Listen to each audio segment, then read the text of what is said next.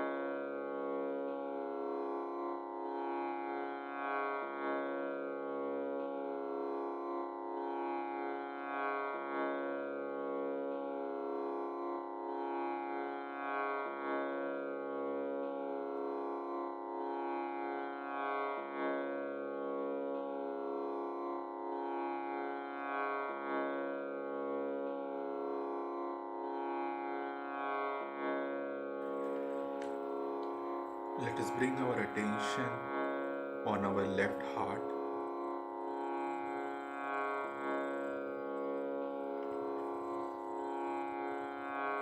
And invite Shri Mataji in our heart.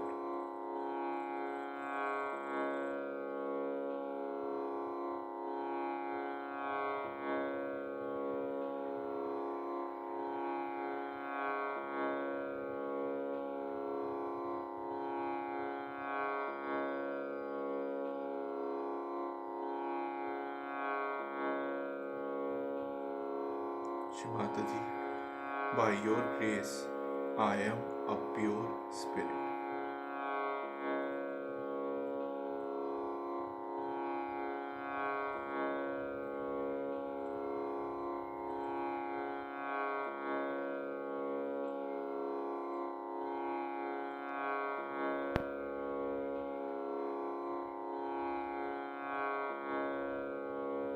I am a pure spirit. I am not this ego, superego, but I am a pure spirit.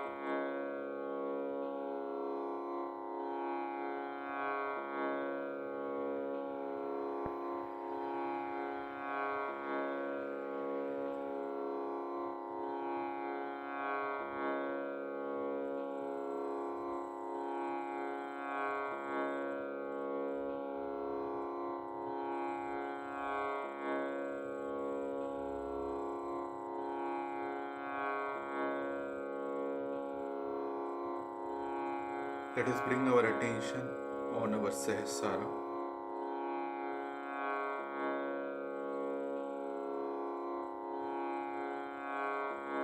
Shri Mataji,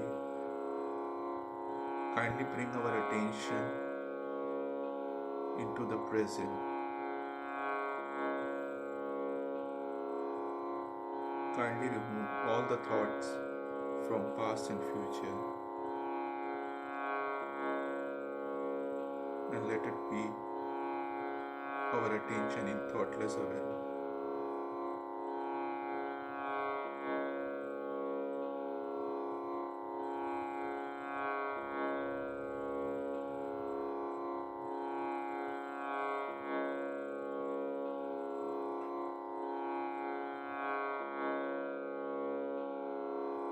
Now let us listen to Shri Mataji's speech.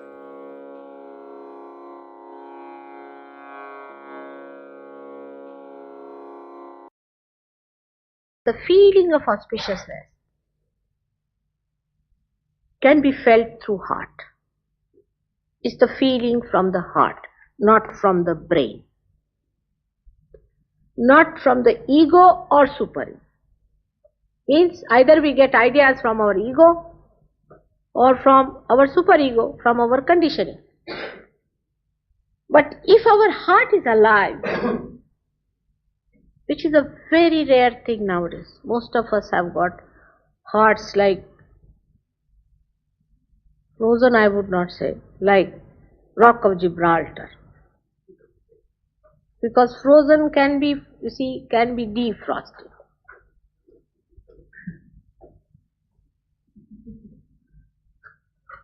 So such a heart, Rock of Gibraltar is living here, you see. And you meet another person and you feel the another is going to just bang on you with that Rock of Gibraltar. I don't know if you have visited Rock of Gibraltar any time. I have. One day we were flying on a ship, you see. And suddenly our ship stopped. And what I found is a huge big rock. I said, what sort of a thing it is? Because no ship can go near any rock that near. Because no rock is that steep to give that much draft for the ship. And this was just like this in front. I said, what sort of a rock is this? This is Rock of Gibraltar. I was looking at it. Absolutely a solid piece, you see. And you thought it is going to hit you on your head. Something like that human beings become. How can you feel the auspiciousness? It's a very sensitive thing.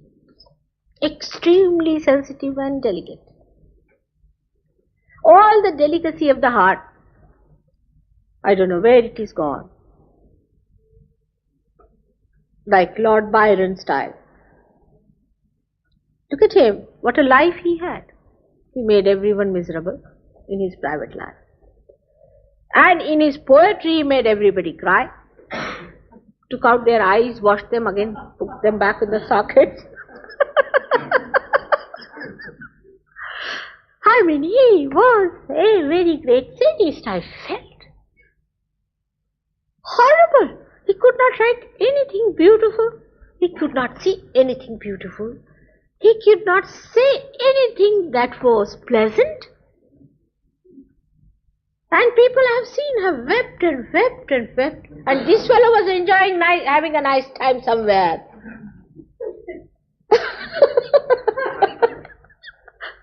It's nice you laugh it out. Because we had two patients who read only Lord Byron and were gone cases. You don't know, in England I get such cases, some samples. He's no more here, so I can tell you about him. He used to just weep and weep and weep. And then we didn't do anything with him here, we couldn't do much. I told him, why are you weeping? You see, and then I discovered he was a patient created by Lord Byron. I told him not to take this poet very seriously, and forget about. He was just doing it to sell his books. But the fellow couldn't get rid of it. You see, he always used to get into that mood and very serious mood and this and that. Then we sent him home. I sent some Sahaj Yogis to his mother and father. Very nice people. I must say, they talked to me on the phone. Very good people. They said, Mother, if you say we'll keep him in the house, he's a big man. He's a big man, about 30 years of age, And third day the mother said, I better chuck him out of the house, Mother. I said, why? Where will he go? He said, he's still doing the same thing. He's in the room. I have to serve him food. I have to wash his things. And he's just sitting and weeping.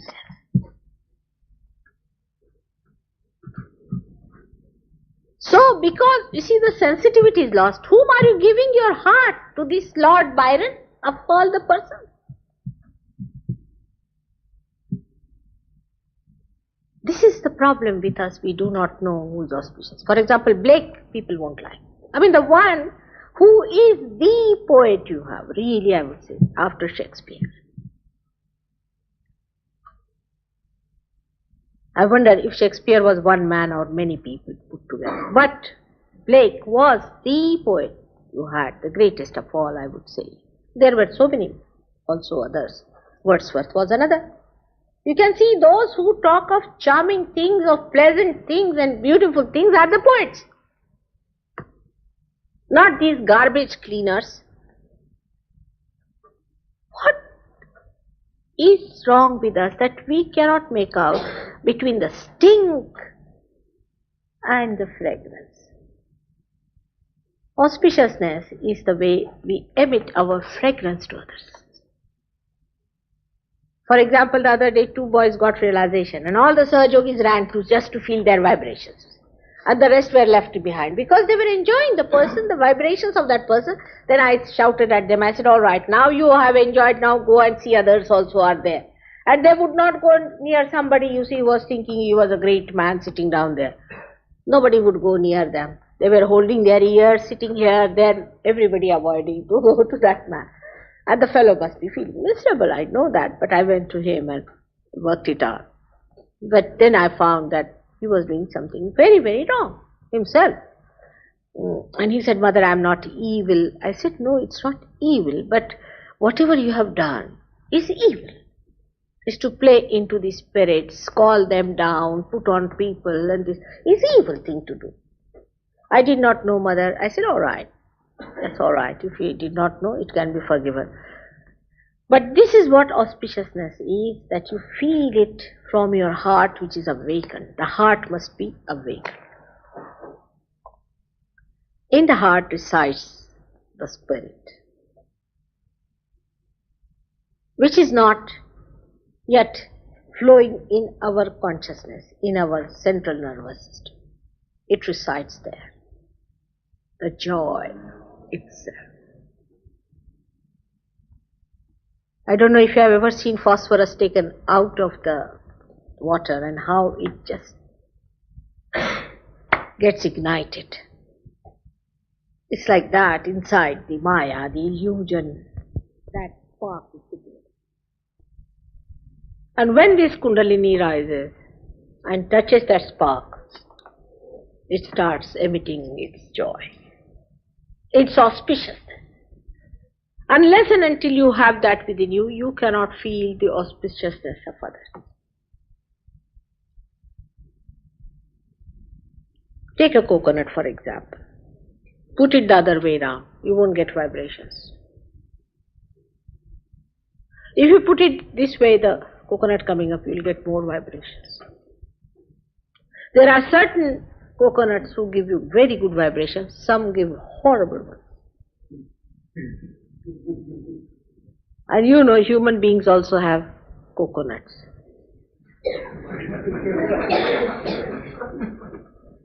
Some of the coconuts give such beautiful vibrations, and some of them do not. Some of them are tired. Some of them are nothing but like a balloon of Mr. Ego. Or some of them have nothing but superego in them. So this coconut is to be made auspicious. Now, how it is connected with spirit? That is a very important one. How our brain is connected with spirit.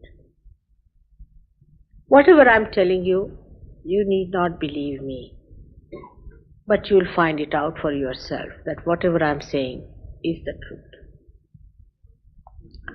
Your heart has the spirit, the light, and the heart has got 7 auras around it. And these 7 auras get enlightened by the spirit. But before that, it's a very instantaneous, or we can say a simultaneous happening. When the Kundalini rises, there are 7 centers also in our brain, in the sense there are the seats of the centers.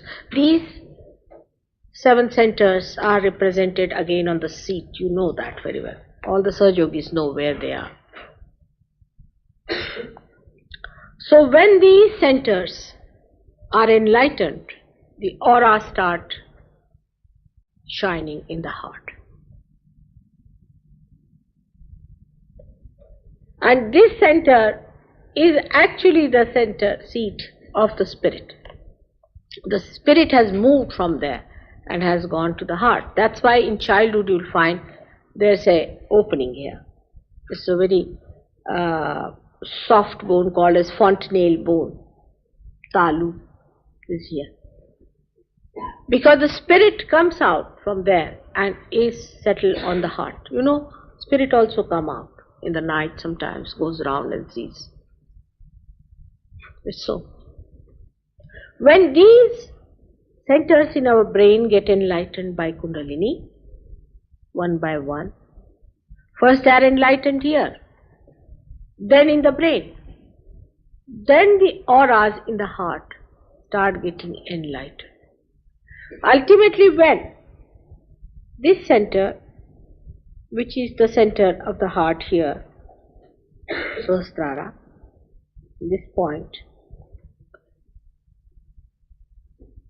when this one gets enlightened, then the spirit also gets enlightened fully. And then these auras become doubly shiny. Then the auspiciousness is in many dimensions starts expressing itself.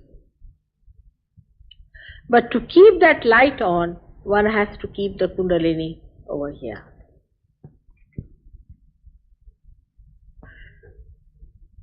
Then what happens? Then we are ruled by our heart's indication than by our brain. How? Because the heart has the spirit which emits vibration. It is not the brain. And you depend on your vibratory awareness after realization. The more you depend on your vibratory awareness, the more you use your heart, your spirit, not your brain. The more you use your brain, again you go down. Because it is taken over now by the spirit. For example, after realization, when you start thinking about it, people can think of anything. I can tell you, I've had such experiences that they would think that why Mataji is wearing a sari like this. Even to this extent, you see, they can do. But if you can just leave your heart to work it out and don't think, because you are in thoughtless awareness after realization. If you try to maintain that state, pay attention to your heart and let your spirit emit itself, so that it clears out completely the confusion of the brain and everything. Then you'll be amazed that you cannot lose your vibrations. You cannot lose your realization. The simplest way is, we have found this, that after realization, if you go for 7 days treatment with soaking feet before my photograph, it works out. But immediately when I say my photograph finished, the ego comes up. Why her photograph? First thing comes up, who is she? I may be nothing. Alright, agreed, I'm nothing. But I have raised your kundalini. I have given you realization. I must be something after all. So why worry? I am not taking away anything from you. Then you start establishing your auspiciousness, the sense of auspiciousness. Once you have established it, then you do not lose it very easily. You don't like then inauspicious things normally. If there's somebody inauspicious, you say, Mother, no, we can't do anything about this gentleman. Alright. Afterwards, when you become very strong, you don't mind working on anyone whatsoever. But gradually you have to go up to it. I understand that. But I can't understand people using their rationality to understand Sahaja. How can you understand this great power with your limited rationality? I can explain to an ant about your politics, but I cannot tell you how this divine power works.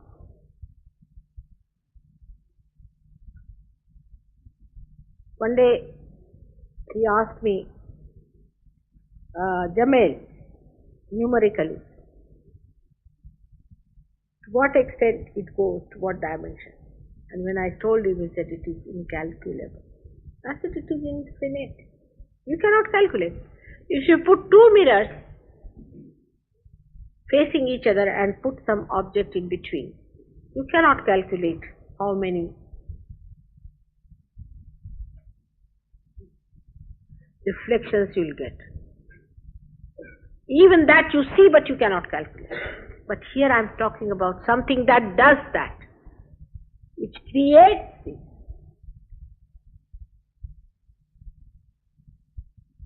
You cannot calculate all the molecules and the atoms of one element. But I am talking about somebody who has created them and who in every molecule pulsates. How can you understand with this brain? You can only become one with it and enjoy yourself. Why worry? Why do you want to count the molecules? Why this madness? It would be like a bad man going to the seashore to have a nice bath, starts counting the small little pebbles and the grains of the sand. Get in, enjoy. You become. This is Advaita, where you become one. All religions teach Advaita. Advaita means where there is not the other. Ananya.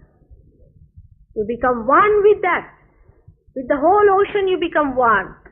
A drop becomes the ocean. All the powers of the oceans are there for the drop. That's what it is. But there are some people who say we believe in Dvaita. No, why? We don't want to get lost. And you are not lost. You become the whole. But they want to keep their small limitations, you see. Now what is that small limitation they want to keep? It's called as Mr. E.G.O.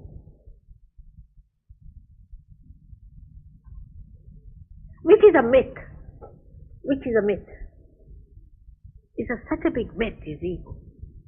Because what do you do, human beings? Let's see now. What do? You make a chair, alright. See, people are even proud if they can make a chair these days, because nobody can use their hands these days, you know that. It's everything done by machines. I don't know, they cannot create human beings, otherwise they may try that also. So what do? You create something dead out of dead. Everything is dead, whatever you have created is dead. Have you done any living work? So one lady got very angry with me. She said, yes, we have created a tube baby. I said, you have not created. It was all there, the life was there, you just brought it together and it worked out that way. It's nothing. It's just like egg being, what do you say that? Egg, they put it in the incubator. It is that simple thing. You have done nothing, you have put life into it. Have you? Let us confess it now. We cannot convert even one flower, transform one flower into a fruit. Let us admit it.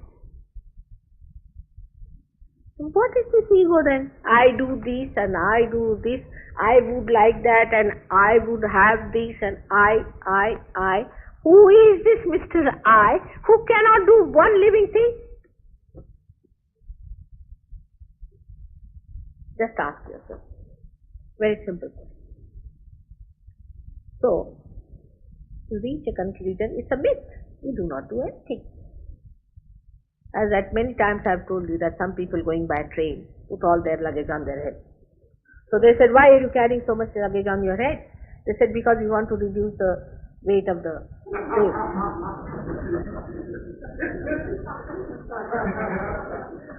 This ego is like that, sitting on your head. I do it. But by brainwashing you, I cannot reduce. How? The myth has to be broken. The myth breaks when Kundalini rises. Then how you talk is a very different language. It is not coming, it is not going, it is it. It becomes a third person.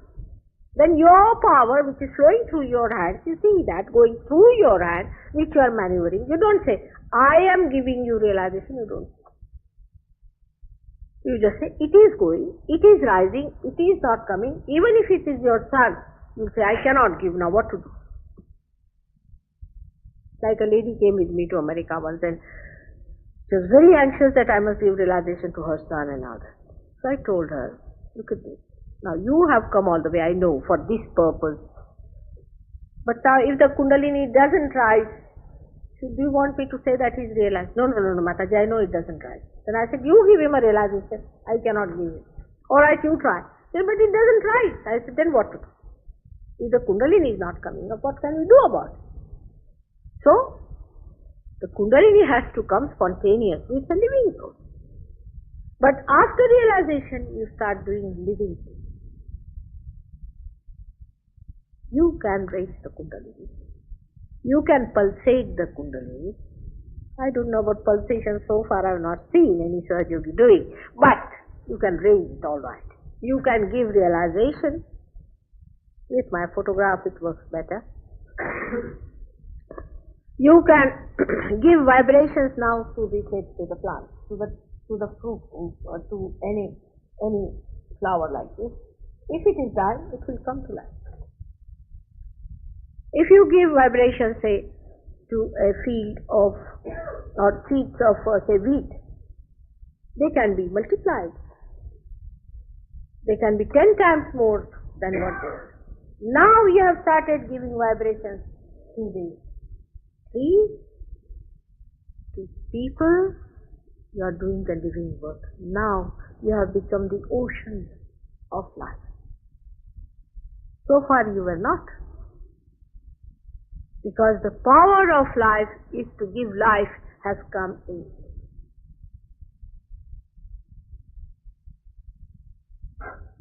Now you are living. Before this, you were dead. In the sense that you were worshipping a dead god called ego. Now it's a living god within you, is the spirit. Once you start accepting your spirit, all your priorities change just like that. Because spirit is joy and happiness. Spirit is everything. So you start losing all your interest into other things. This is what is. When your auspiciousness is of the greatest height, that even your name can create something great. And photograph can do wonders. If you become auspiciousness, you are the holiest of the holy. For that, we have to get rid of some of the dirt and the dust. We have to get rid of some of the false notions we have and the myths of being. Some people have a myth that they are guilty, and some people, as I told you, have so many myths. But for giving up, this Kundalini works out. You allow her to work it out. That's it. It works. It has worked with so many in England. And I'm very proud of my Swargyogis of it. Anybody asks me, where do you find the best young people? I said, it's in England. Just a plot. They are not racialists, they are not all this nonsense of the fanatics, nothing. Except for druggists and chemists, they are. That also due to mistakes. But that I can correct. But most of them are beautiful people, very sincere, very honest, very good. Because England is the heart of the universe, of the world. Whatever happens in England gets known all over the world. You know, these people had this speech. Today I read in the paper, they were giving an explanation about it. That we did it in England, not because we wanted to kill anybody or anything, but we wanted to talk to British government so that if anything happens in London, it will be known all over the world. People still think that British are still the sanest people in the West. Still, they think like that, which is the truth. So, we have a very good group of people here. This has to expand. You have to find out more and more what it is. But don't tell them just now that you have to give up any one of their druggist mistakes. Because if you tell them, then they'll run away. They made a mistake like this. I know that. No, they will just give up. You don't worry. Let them come. Because once they have found it, even if you tell them, they will not go there. Let them go. Let them go. By your auspiciousness, by your vibrations, as the fragrance of the flower spreads, all the bees start hovering, knowing that there is the scent of the beautiful nectar hidden under these petals. I'm sure all of them will come. And one day, from England, we'll have the real spiritual upsurge for the whole world. May God bless.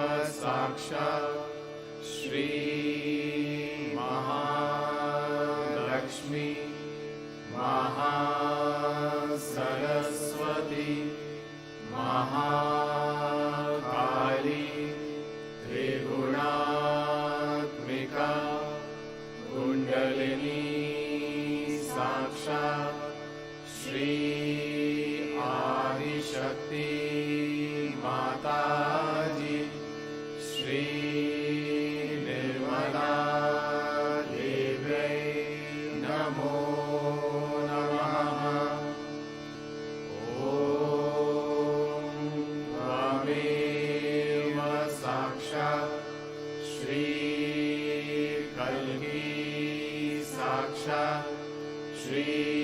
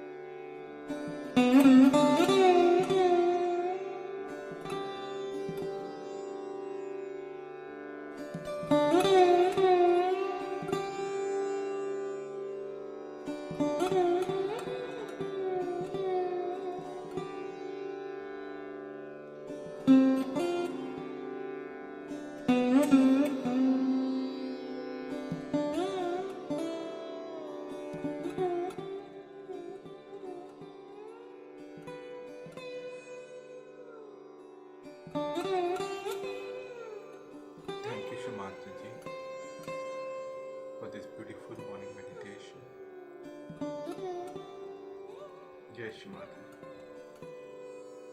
Let's bow down to Shri Mataji and take bandhan.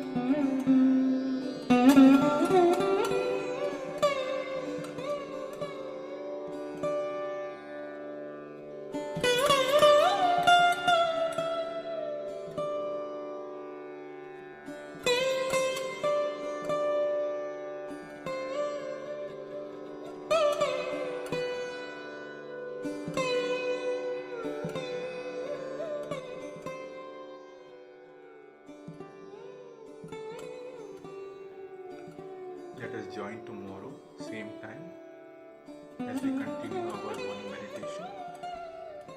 Jai Shri Mataji.